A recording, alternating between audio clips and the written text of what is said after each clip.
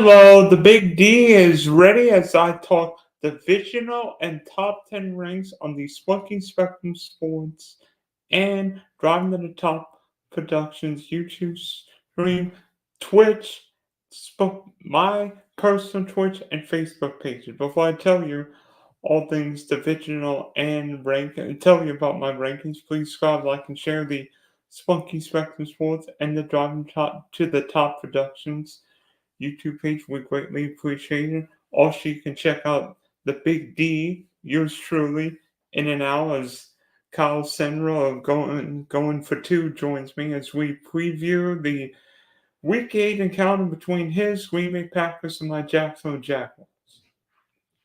Now, there's lots of news, injuries, trades, or trade rumors happening every single day.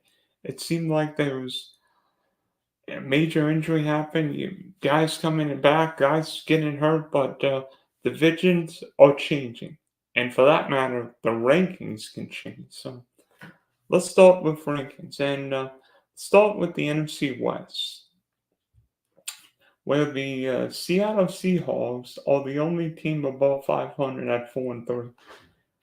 Very interesting team because usually we think of Seattle, great running team, great defense. Seattle's got a great passing offense this year. Geno Smith with DK Metcalf. Hopefully DK's not out long. But Jackson Smith and Jacob Tyler Lockett.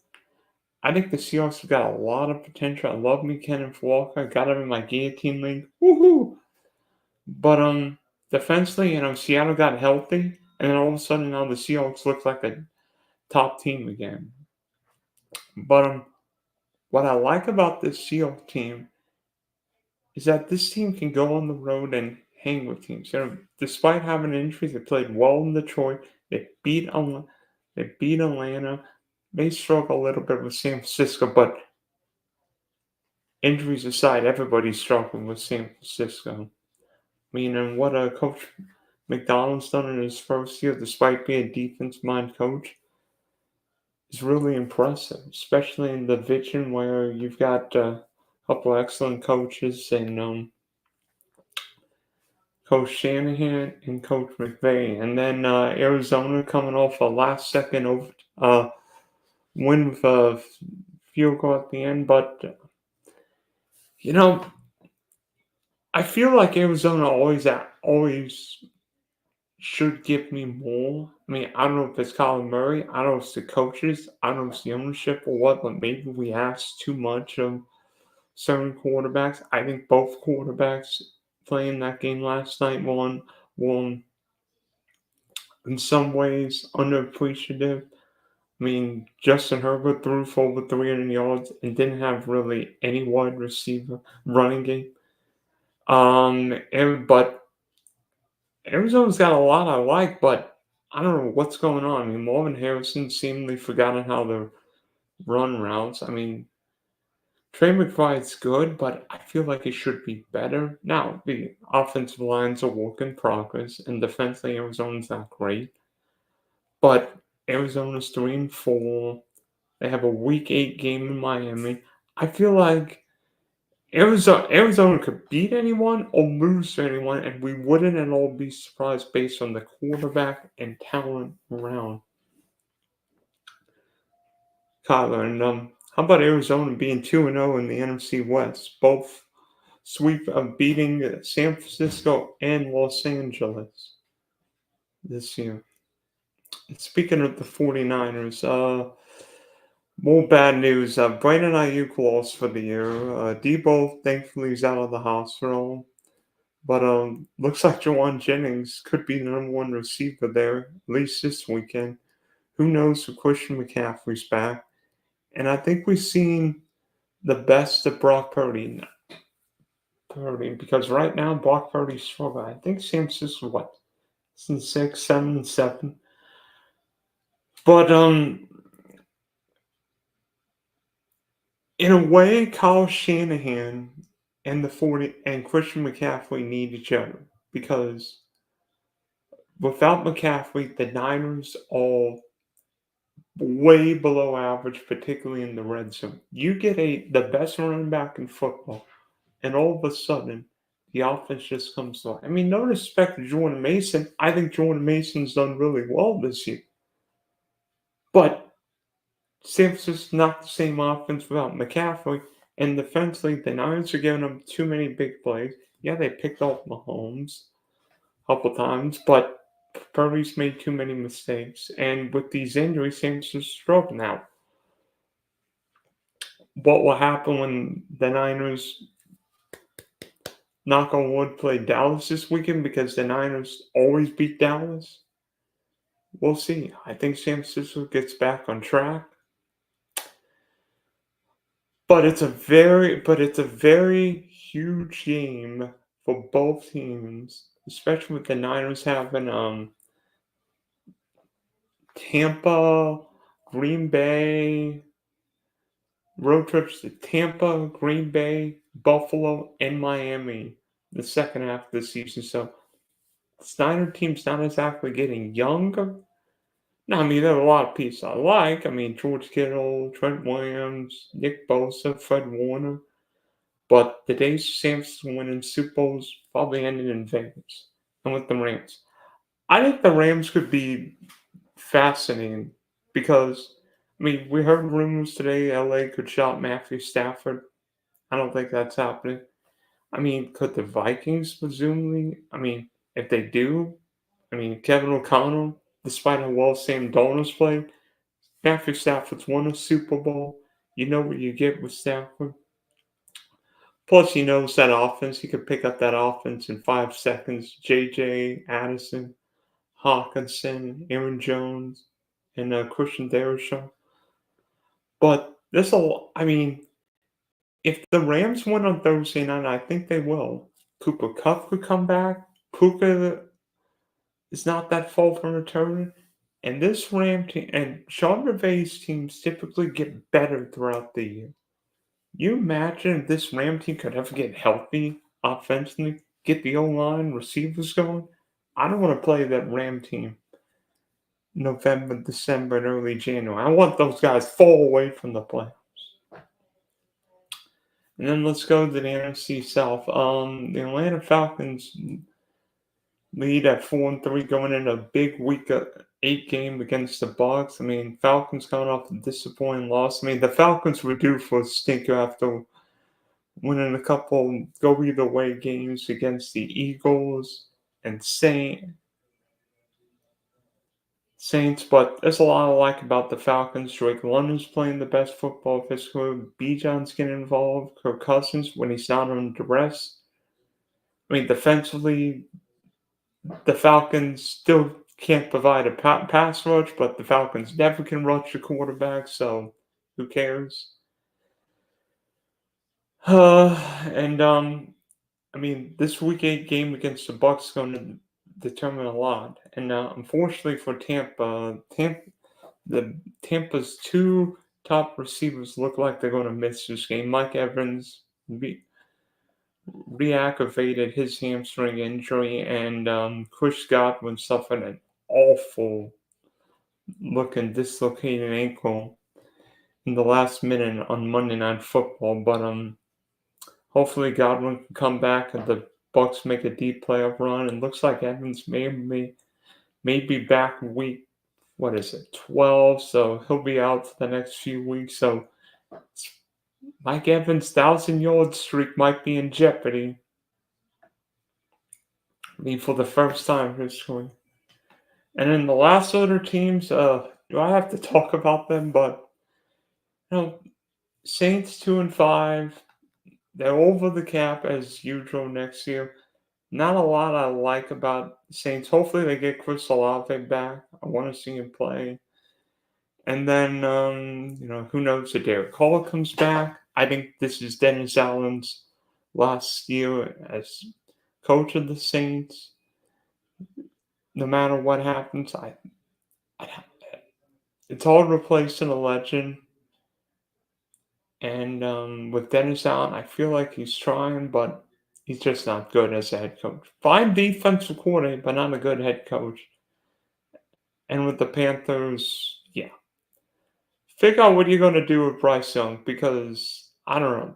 I feel like the Carolina Panthers should be relegated to Canada, Russia, or the United Kingdom. Maybe Siberia for all we know. But um, Andy Dalton just found out Andy Dalton was involved in a car accident, so hopefully he is okay. But I want to see Bryce Young play just to see whether he can play or if he's a product of the Carolina crappy circumstances. It's because seemingly nobody can play in Carolina.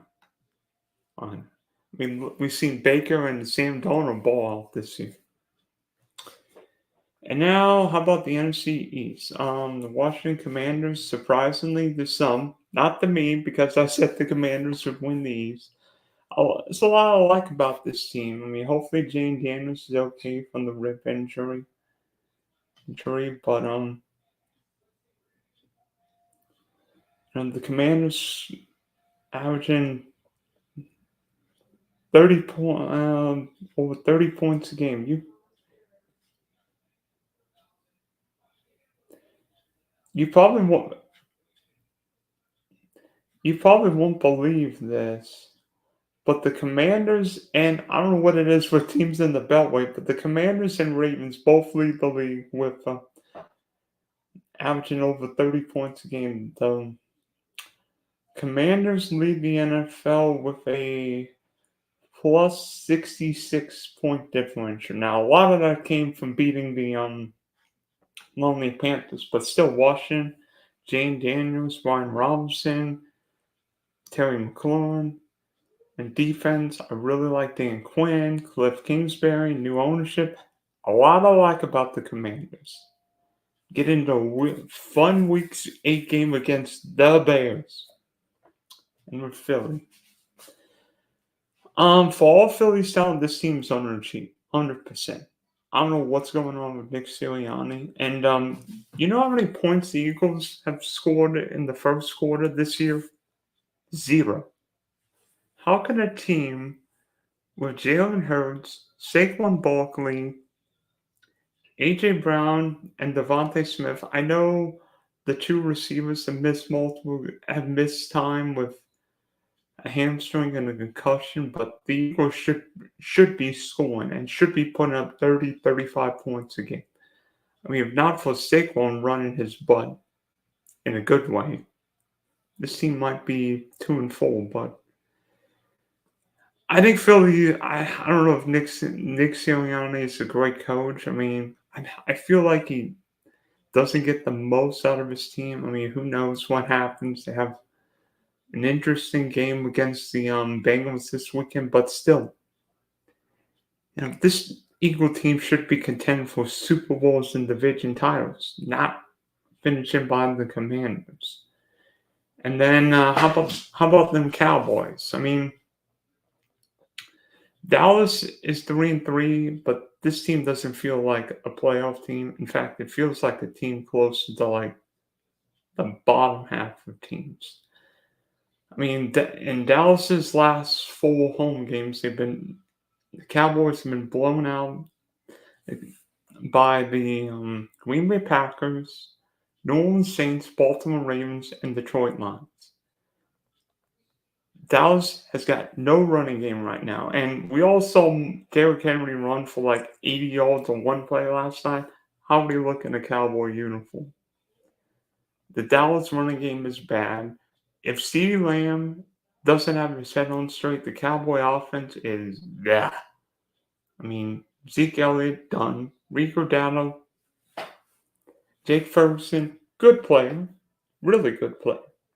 But not a top tight end. Dallas doesn't have a number 2 receiver and defensively. Yeah, the Cowboys are hurt. But so's every other team. And, I mean, how can the Cowboys have a negative 42 point differential and yet Dak Prescott's the highest paid quarterback in football? Doesn't make sense, right?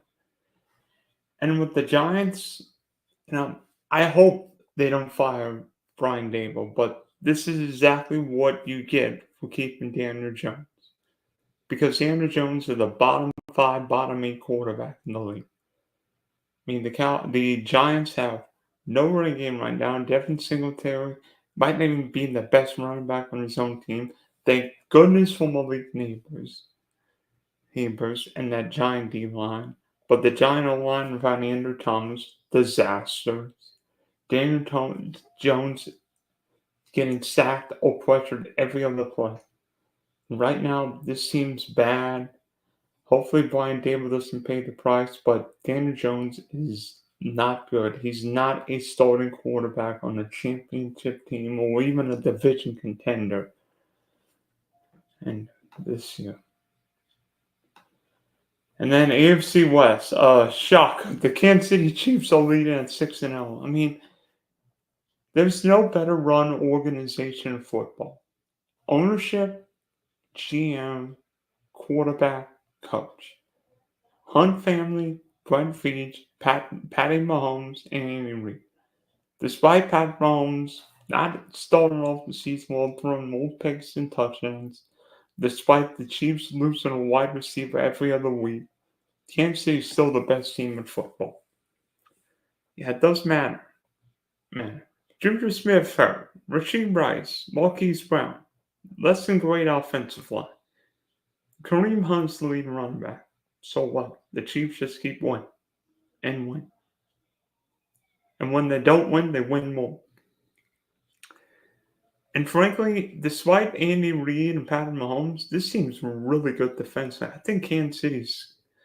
I mean, Steve Spagnuolo might not be head coach material, but he's a darn good defensive coordinator. And to be honest with you right now, Kansas City's they have the best defense in football, which is something I never thought I would say about an Andy Reid-led team. And with the Chiefs, maybe the Chiefs are lucky. Maybe the Chiefs are like the most hated team in the league because of the quarterback winning more and the tight end who's dating the singer singer who shall not be named on this show. But Kansas City just wins. And then they get a Week 8 game against the Raiders, and I'll talk a little bit about Vegas in just a minute. But how about Denver? Again, who would ever think that Sean Payton and the Broncos might have a great defense? But Bo Nix, Bo Nix will have some moments, good, bad, and ugly for a rookie, but it's a lot I like about him. I think defensively this year, Broncos only giving up 15 points a game. So Denver's got a great defense. I mean, hopefully Pat Tan Jr. comes back from his concussion. But I think Denver's got Carolina this weekend, so another prime opportunity. I mean, I don't know if the Broncos can beat like the Lions, if they can beat the Ravens, but Denver's a borderline playoff team with a coach and a quarterback just playing within the offense. With the Chargers losing a heartbreaker last night, I mean, I must say nobody's going to agree with me. Justin Herbert's the top 5 quarterback in the league, and he showed it last night without any running game and a great wide receiver. He threw for well over 300 yards and put his team in position to win. I mean, the Chargers don't put up any points. I mean,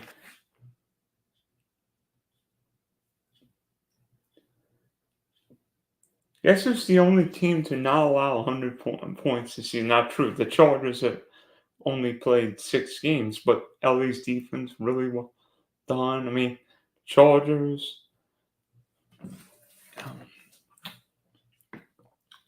look like a team that could contend for a playoff spot, especially with the coach, the quarterback. I mean, I think they have the Saints this weekend, so another good opportunity for win. And for the Raiders, I don't know what Antonio Pierce was doing, kicking field goals down 8, but I think we all know the Raiders need a quarterback. Devontae Adams gone, Aiden O'Connell now on injured reserve. So looks like Gardner Minshew will start against the Chiefs this weekend. Yeah, it'll probably be another Raider loss. Now to the South. I mean, I don't know what to say about the Texans. I mean, you would think it'd be a good loss, but um, losing a heartbreaker to the Packers, but there's not a lot of I liked about Houston's game. I mean, yeah, they got after Jordan Love, forced some pressure, forced some turnovers, but CJ Stroud was not good. I mean, for some reason, the Miko Ryans and Bobby Slovak didn't forgot that CJ Stroud played because they barely threw the ball. Yeah, Joe Mixon was great, but uh,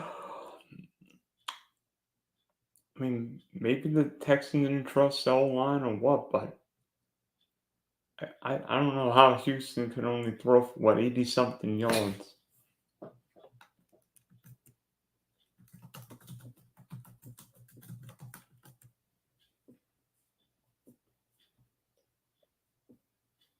86 yards. 86 yards. On 10 of 21 passing. Yeah, not exactly Lamar Jackson or Baker Mayfield on Monday Night Football, but that's either near or there. Now the Colts. I mean, to be honest with you,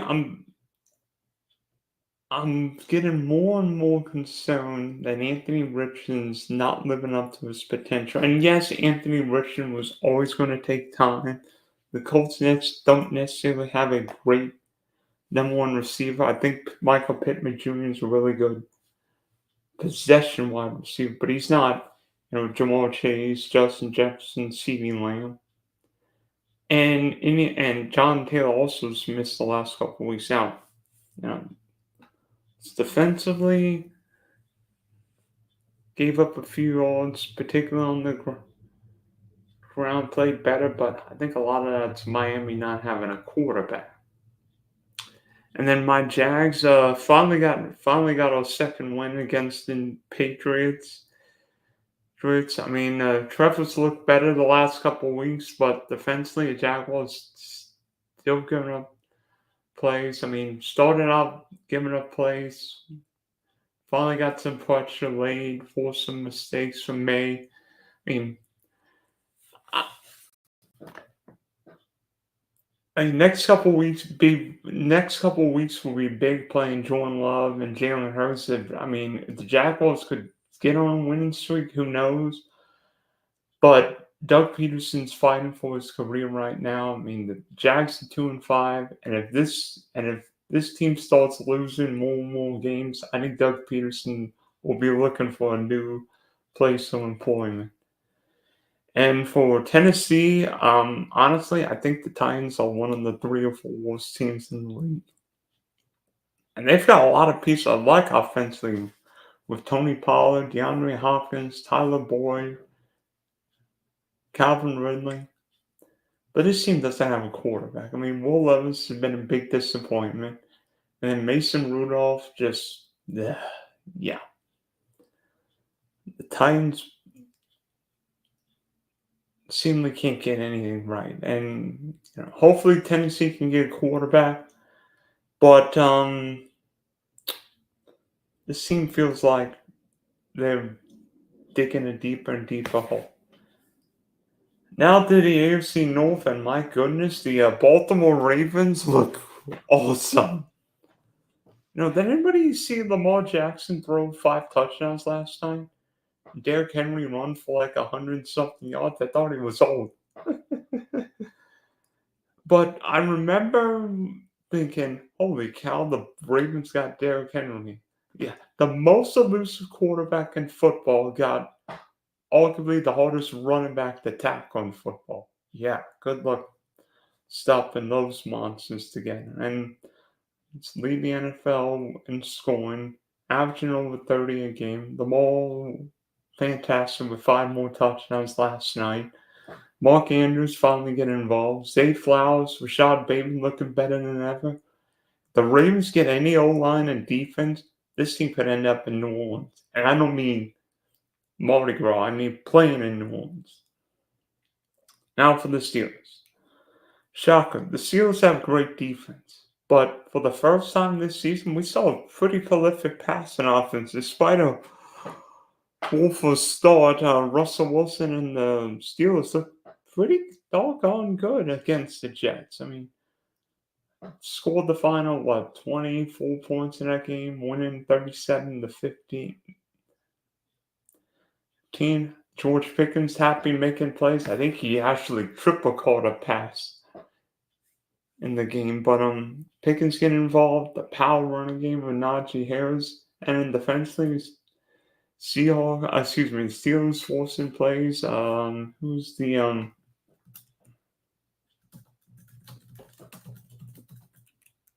Beanie Bishop? Beanie Bishop. We all remember the Beanie Babies back in the day, but Beanie Bishop making plays. The rookie from West Virginia. The Steelers are gonna need to have Beanie Bishop Beanie Babies available before long. And heading from Pittsburgh to Cincinnati. I mean, the Bengals,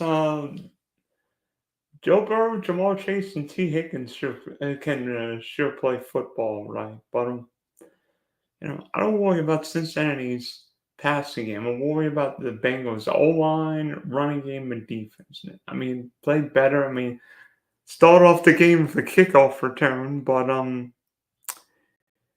still worry that Joe Burrow's ending on his butt too much. Defensively, Atlanta Browns hurt, so the O-line, if it could get any worse, hopefully not.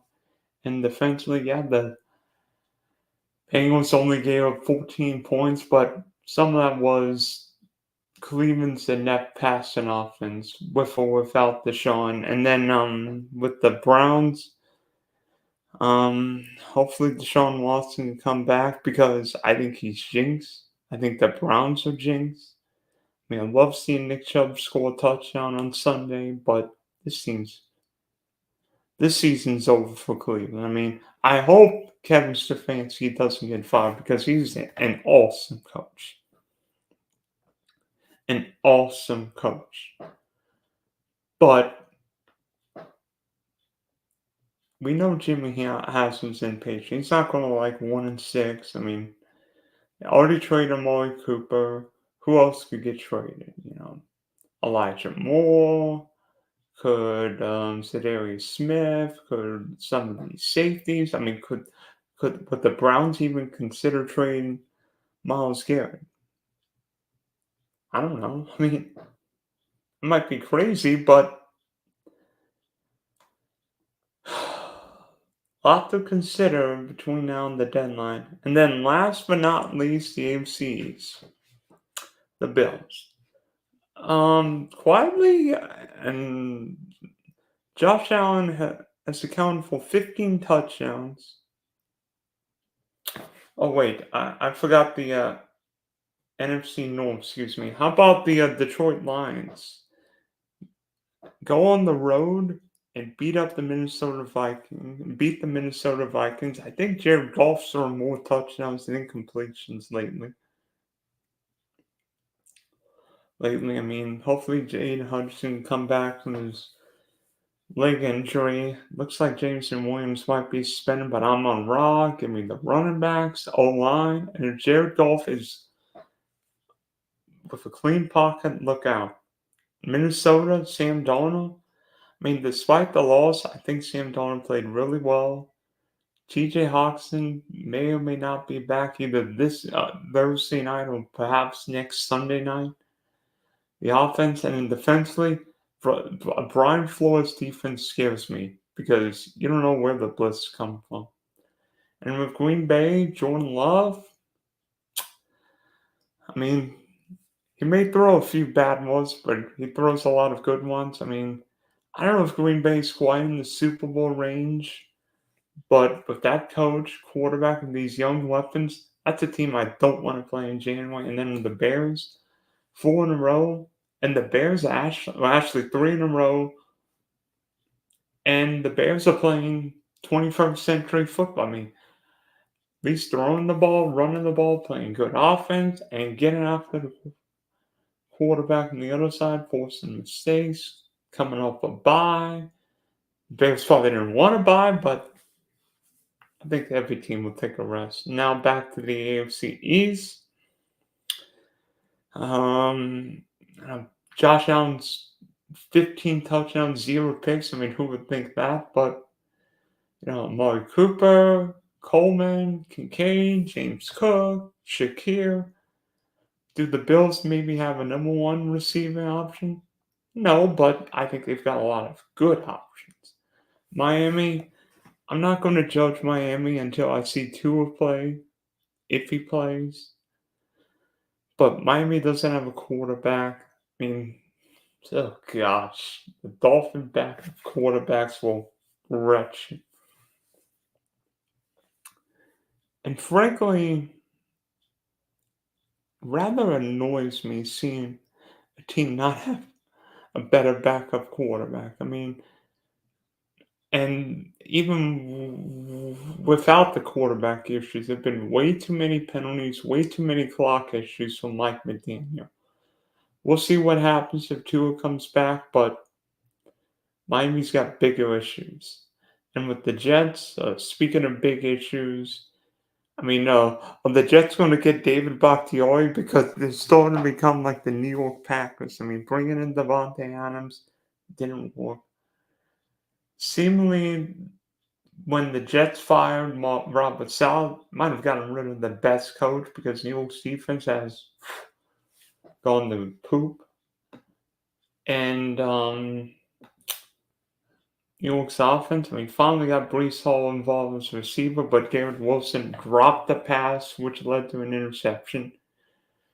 Devontae Adams only caught, 3 balls? And then defensively, the Jets couldn't stop Russell Wilson. I mean, they made Russell Wilson look better than Aaron Rodgers.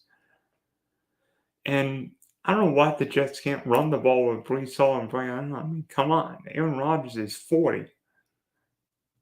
Don't let him throw the ball. And then with New England, maybe the most inept offense in football. I mean, New England's averaging 14 points a game.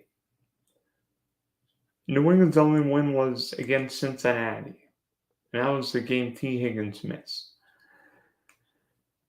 No, and it's not necessarily just the offense that concerns me. I mean, Drake May showed what he could do on Sunday in London, but New England's defense is bad. And yeah, Bill Belichick might not have helped with drafting offensive skill players, but you could show coach defense. And right now, Jared Mayo is struggling. New England's defense is average. It's given out 75.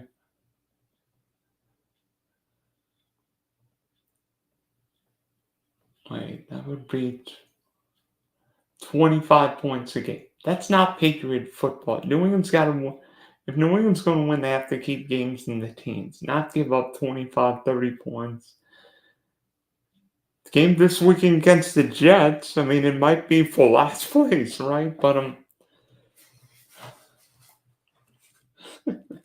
so I've talked a little about every division.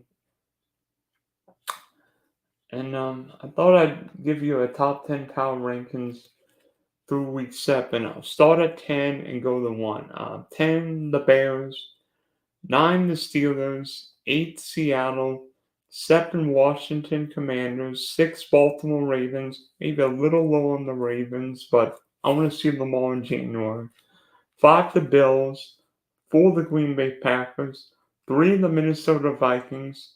2, the Detroit Lions. And 1, Mahomes and the Chiefs. So Bears, Steelers, Seahawks, Commanders, Ravens, Bills, Packers, Vikings, Lions, and Chiefs. If anybody if anybody's got any comments about my list or any other list, you can hit me up at Dylan S Sports One, Spunky Spectrum Sports YouTube page, Driving to the Top Productions, Facebook, Twitch, no TikTok or Instagram.